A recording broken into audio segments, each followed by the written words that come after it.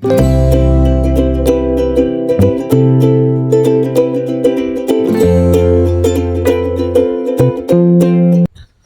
hello, salam sejahtera Malaysia. Selamat datang ke channel Fels Lifestyle. Terima kasih karena terus setia dan terus bersama di dalam channel ini.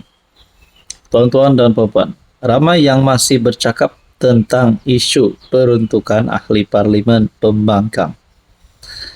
Sebelum ini kita sudah mendengar ahli parlimen daripada pembangkang bersatu, Perikatan Nasional, ataupun daripada pembangkang, menyatakan sokongan kepada Anwar Ibrahim.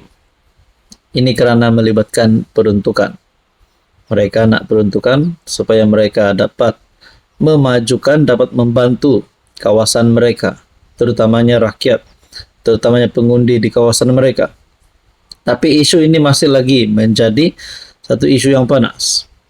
Sehingga ada yang tertanya, sehingga ada persoalan, adakah isu peruntukan ini masih lagi dipanjangkan sehingga ada ahli parlimen daripada pembangkang selepas ini akan menyatakan sokongan terhadap Anwar Ibrahim karena mereka mahu peruntukan. Berkaitan dengan ini, akhirnya apa yang berlaku? Perdana Menteri meminta YB Arau sepakat dulu dengan pembangkang sebelum tanya peruntukan. Oke, sebelum saya teruskan kepada isu ini, saya nak perkenalkan kepada Anda sebentar berkaitan dengan produk terapi imun ini. Produk ini adalah untuk meningkat, mendidik, dan juga menyeimbangkan sistem imun badan sehingga mampu melawan pelbagai jenis penyakit termasuk kencing manis, darah tinggi, kolesterol, penyakit melibatkan jantung, hati, paru-paru, perut, usus, dan macam-macam lagi. Sekiranya Anda berminat dan ingin mengetahui lebih lanjut tentang produk ini, Anda boleh menghubungi saya di nomor yang tertera. Kita teruskan. PM Datuk Seri Anwar Ibrahim menyarankan ahli parlimen Arau, Datuk Seri Syahidan Kasim, untuk berunding dahulu dengan Blok PN jika mahukan peruntukan pembangkang. Sekarang ini belum ada kesepakatan. Ada yang nak berunding seorang, ada yang nak berkumpulan, ada yang bersetuju runding, ada yang tidak bersetuju runding.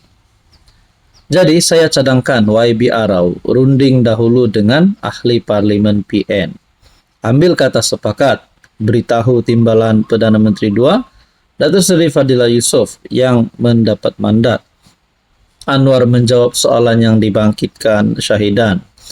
Berhubung peruntukan ahli-ahli parlimen pembangkang. Mengulas soalan tambahan Datuk Seri Hamzah Zainuddin, PN Larut, Anwar menyatakan kesediaannya untuk berjumpa dengan ketua pembangkang itu.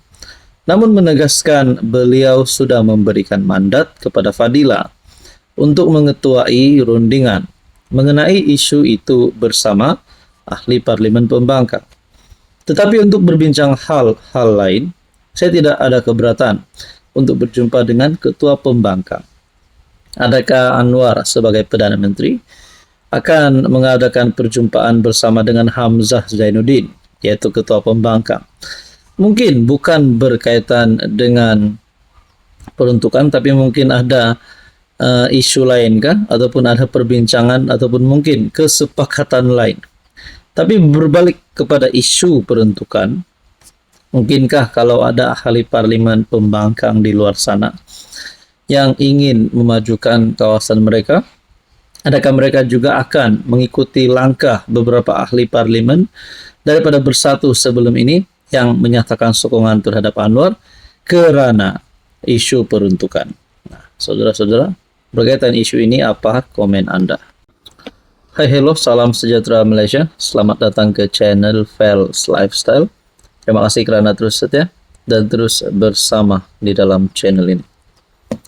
Apapun juga episode rasuah, berita rasuah yang melibatkan pemimpin politik, melibatkan YB, Tan Sri, Datuk Seri, dan siapa juga yang ada jawatan tertinggi dalam persekutuan ataupun kerajaan negeri. Siapapun juga mereka sekiranya terlibat dengan rasuah. Sudah pasti rakyat Malaysia mahu mereka ini dikenakan tindakan undang-undang. Kerana kita mahu pemimpin yang bersih. Apa yang berlaku di Sabah sebelum ini yang telah menjadi salah satu cerita paling panas di media sosial, skandal rasuah Sabah, skandal Lombong.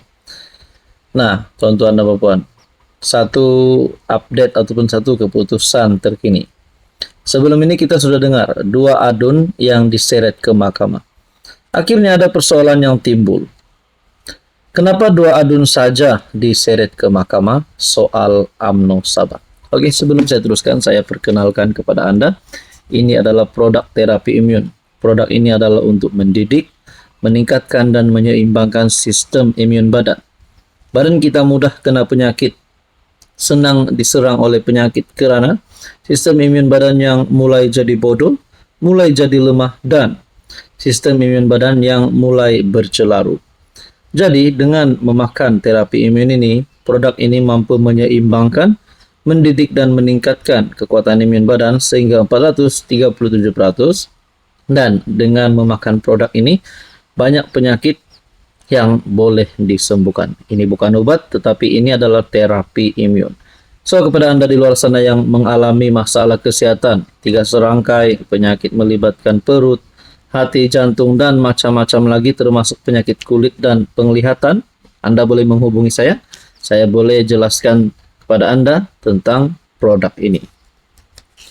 Saudara-saudara, adakah terdapat ramai lagi adun di luar sana, adun Sabah di luar sana, mungkin menteri-menteri, timbalan menteri yang terlibat dengan skandal ini. Sehingga UMNO Sabah mempersoalkan, kenapa dua adun saja yang diseret ke mahkamah? Pengarah komunikasi strategik UMNO Sabah, Datuk Rosman, Datuk Akhir Zaman, menyoal kenapa hanya dua adun JRS yang diseret ke mahkamah. Ini sejurus selepas serangan isu pendakwaan terpilih oleh Naib Presiden Bersatu Ronald Kendi di Parlimen berhubung skandal perlombongan. UMNO Sabah kini tampil memperkuatkan lagi serangan tersebut. Datuk Rosman berkata, isu itu wajar diberi perhatian, khusus kerana ia menimbulkan persoalan serius. Saya ingin menegaskan bahawa prinsip kedaulatan undang-undang mesti ditegakkan tanpa mengira pangkat, kedudukan atau afiliasi politik. Jika benar terdapat adun yang terlibat dalam skandal rasuah dan salah guna kuasa berkaitan pemberian lesen mineral di negeri ini, maka tindakan mesti diambil terhadap semua yang terlibat, bukan hanya dua individu sahaja, katanya pada satu kenyataan. Datuk Rosman berkata, mendakwa beberapa individu tertentu mewujudkan persepsi bahawa pendakwaan dilakukan secara terpilih dan bermotifkan politik. Ini bukan saja mencemarkan imej agensi penguatkuasaan, tetapi juga menghakis keyakinan rakyat terhadap sistem keadilan di negara ini, khususnya di Sabah. Terdahulu di Dewan Rakyat, Kendi yang juga pengerusi Bersatu Sabah menegaskan bahawa dua individu yang didakwa, Menteri Pembangunan Perindustrian dan Keusahawanan Sabah, Andi Suryadi Bendi, dan Adun Sindumin Yusuf Yaakob tidak memegang jawatan dalam JRS.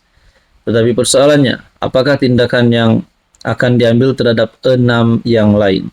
Katanya sambil menjelaskan semua mereka memegang jawatan dalam JRS. Adakah dengan ini 6 pemimpin yang lain yang disebutkan di dalam kenyataan ini bakal didakwa dan akhirnya mereka boleh ditangkap masuk penjara? Semua ini menjadi persoalan. Apa komen Anda?